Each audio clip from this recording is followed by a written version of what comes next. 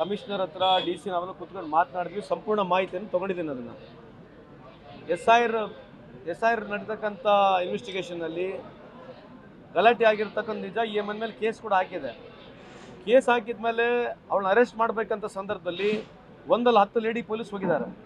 ಆ 10 lady police ಮೇಲೆ ಈ ಎಮ್ ಎನ್ ಹಲ್ಲೆ ಮಾಡಿರ್ತಕ್ಕಂಥದ್ದು ನಮ್ಮ ಹತ್ರ ಪ್ರೂಫ್ ಕೂಡ ಇದೆ. I am not trying to say that I am ಆ ಥರ ಮಾಡಬಾರ್ದಾಗಿರ್ತಕ್ಕಂಥ ನನ್ನ ವಾದ ಆ ಥರ ಆಗಿದೆ. ಅವಳೇ ಸ್ವಯಂ ಪ್ರೇರಿತವಾಗಿ ಅವ್ರು ಮಾಡಿರ್ತಕ್ಕಂಥದ್ದು ನಮ್ಮ ಹತ್ರ ಆಧಾರ ಇರೋದ್ರಿಂದ ದಯಮಾಡಿ ಪತ್ರಿಕಾ ಮಾಧ್ಯಮದವ್ರು ನೀವು ಸ್ವಲ್ಪ ಇದನ್ನು ಅರ್ಥ ಮಾಡ್ಕೋಬೇಕು. ಇದನ್ನು ಯಾವ ರೀತಿಯಾಗಿ ಪ್ರೊಜೆಕ್ಟ್ ಮಾಡಬೇಕಂತಕ್ಕಂಥದ್ದು ತಮಗೆ ಮನವಿ ಮಾಡ್ಕೊಳ್ತೀನಿ.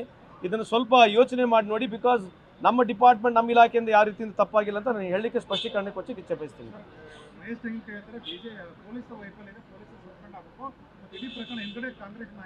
ಅಲ್ಲ, ಅವ್ರು ಜನರಲ್ ಆಗಿ ಹೇಳಿರ್ಬೋದು, ಇದೆಲ್ಲ ಗೊತ್ತಿರಲಿಕ್ಕಿಲ್ಲ ಅವ್ರಿಗೆ ಮಾಹಿತಿ. ಯಾಕಂದರೆ ಅವ್ರೇನು ಆ ರೀತಿ ಮಾತಾಡ್ತಕ್ಕಂಥ ವ್ಯಕ್ತಿ ಅಲ್ಲ. ನನಗೂ ಕೂಡ ಗೊತ್ತಿರಲಿಲ್ಲ. ಯಾರನ್ನ ಸಡನ್ ಆಗಿ ನೋಡಿದಾಗ ಆ ಥರ ಅನಿಸುತ್ತೆ. ಬಟ್ ನೀವು ಸಮರ್ಪಕವಾಗಿ ಬೇಕಾದ್ರೆ ನಮ್ಮ ಹತ್ರ ಇರ್ತಕ್ಕಂಥ ದಾಖಲಾತಿಗಳನ್ನ ತಾವು ನೋಡಿದ್ಮೇಲೆ ಬೇಕಾದ್ರೆ ನೀವು ಅವ್ರಿಗೆ ಹೇಳಿ ಮುಗಿಸ್ಬಿಡ್ತೀನಿ. ಅಲ್ಲ, ವೈರಲ್ ಆಗ್ತಕ್ಕಂಥದಕ್ಕೆ ಇವತ್ತು ಯಾರು ಏನು ಮಾಡಕ್ಕೆ ಬರಲ್ಲ, ವೈರಲ್ ಆಗೇ ಬಿಡುತ್ತೆ ಆಟೋಮೆಟಿಕ್. ಈ ಥರ ಇನ್ಸಿಡೆಂಟ್ ಹಿಂದ್ಗಡೆ ಏನಾಗಿದೆ ಅಂತ ನಿಮಗೆ ನಾನು ಮಾಹಿತಿಯನ್ನು ಕೊಡ್ತಕ್ಕಂಥದ್ದು ನನ್ನ ಕೆಲಸ.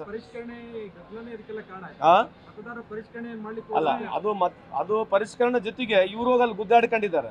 ಅವ್ರ ಜೊತೆಗೆ ಮೊದಲಿಂದ ಆ ಥರ ಕೇಸಸ್ಗಳು ಕೂಡ ಆಯಮನ್ ಮೇಲೆ ಇದ್ದಾವೆ. ಬಟ್ ವೈಯಕ್ತಿಕವಾಗಿ ಆಯಮನ್ ಬಗ್ಗೆ ನಾನೇನು ಮಾತನಾಡಕ್ಕೆ ಹೋಗೋದಿಲ್ಲ. ಬಟ್ ಅವರೇ ಸ್ವತಃ ಈ ಥರ ಮಾಡಿರ್ತಕ್ಕಂಥದ್ದು ಸರಿಯಲ್ಲ ಅಂತ ತಮ್ಮ ಮುಖಾಂತರ ಹೇಳಲಿಕ್ಕೆ ಇಚ್ಛೆ ಬಯಸ್ತೀನಿ.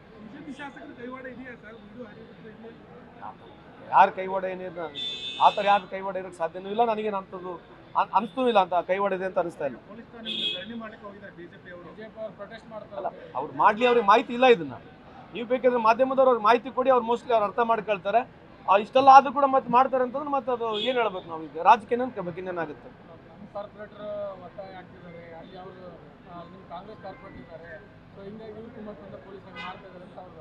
ಮಾಹಿತಿ ಇದೆ ಅಲ್ಲ. ಈಗ ವೈ ಶುಡ್ ವಿ ಡಿಫೆಂಡ್? ಆ ಥರ ಯಾರೂ ಮಾಡಲ್ಲ. ನಮಗೂ ಅಕ್ಕ ತಂಗಿರೋದ್ರ ಮನೆಯಲ್ಲಿ ಯಾರು ಮಾಡೋಕ್ಕಾಗ್ತದೆ ಇಂಥವೆಲ್ಲ? ಈ ಸೊಸೈಟಿಲಿ ಈ ಥರ ಮಾಡೋಕ್ಕಾಗುತ್ತಾ? ಪೊಲೀಸರು ಹೋಗಿ ಆಯಮ್ಮಗೆ ಮಾಡಿ ಏನು ಸಿಗೋದಿದೆ ಹೇಳಿ? ಅದು 10 ಲೇಡಿ ಪೊಲೀಸ್ ಇದ್ದಾರೆ, ಯಾಕ್ರಿ ಮಾಡ್ತಾರೆ? ಹಂಗೆ ಏನು ಇಂಟ್ರೆಸ್ಟ್ ಏನಿದೆ ಆ ಮಾಡೋಂಥದ್ದು? ಪೊಲೀಸ್ಗೆ ಏನು ಸಿಗುತ್ತೆ? ಇದು ಸ್ವಯಂಪ್ರತವಾಗಿ ಆಯಮ್ಮ ಮಾಡ್ಕೊಂಡಿರ್ತಕ್ಕಂಥ. ಅದು ಮಾತ್ರ ಐ ಆಮ್ ವೆರಿ ಕಾನ್ಫಿಡೆಂಟ್. ಅಷ್ಟು ಮಾತ್ರ ನಾನು ಹೇಳಬಲ್ಲೆ. ಹೇಳಿದ್ದಾರೆ, ನಾವು ಕಮಿಷನರ್ ಇಬ್ಬರು ಬ್ರೀಫ್ ಮಾಡಿದ್ವಿ, ಡಿ ಸಿ ಅವರು.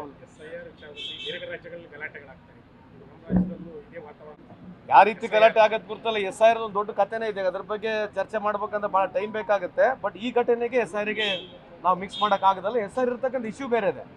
ಅದು ವೋಟನ್ನ ಡಿಲೀಟ್ ಮಾಡಬೇಕು, ಆ್ಯಡ್ ಮಾಡತಕ್ಕಂಥದ್ದು. ಇದು ಒಂಥರ ಅನ್ಹರ್ಡ್ ಆಫ್ ಇನ್ಸಿಡೆಂಟ್ ಆಗಿರ್ತಕ್ಕಂಥದ್ದು. ಅದಕ್ಕೆ ಲಿಂಕ್ ಮಾಡೋದು ಸರಿಯಲ್ಲ ಅನ್ಸುತ್ತೆ. ಗಲಾಟೆ ಆಗಲಿ ರೀ, ಗಲಾಟೆ 100 ಆಗಲಿ. ಬಟ್ ಈ ಥರ ಗಲಾಟೆ ಆಗ್ತಕ್ಕಂಥ ಸರಿಯಲ್ಲ. ಈಗ ಎಸ್ ಆರ್ ಎಲ್ ಗಲಾಟೆ ಆಗೋದು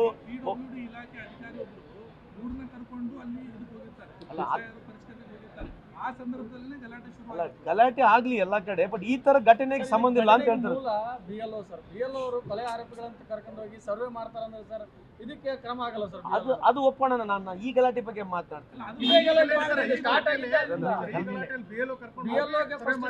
ಅದ್ರ ಬಗ್ಗೆ ಸಮರ್ಥನೆ ಇಲ್ಲ ರೀ.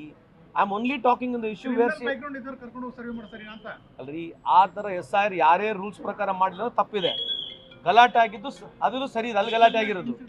ಈ ಇನ್ಸಿಡೆಂಟ್ ಬಗ್ಗೆ ನಾನು ಮಾತಾಡ್ತಿರ್ತಕ್ಕಂಥದ್ದು, ಅದ್ರ ಬಗ್ಗೆ ಡಿಫೆಂಡ್ ಮಾಡ್ತಲ್ಲ. 5ನೇ ತಾರೀಕು ಇನ್ಸಿಡೆಂಟ್ ಬಗ್ಗೆ ಮಾತಾಡ್ತಕ್ಕಂಥದ್ದು. ಆ ಇನ್ಸಿಡೆಂಟ್ ಬಗ್ಗೆ ನಾನು ಡಿಫೆಂಡ್ ಮಾಡ್ಕೊಂತಿಲ್ಲ. ಅದು ಸರಿ ಅಂತ ನಾನು ಹೇಳ್ತಾ ಇಲ್ಲ.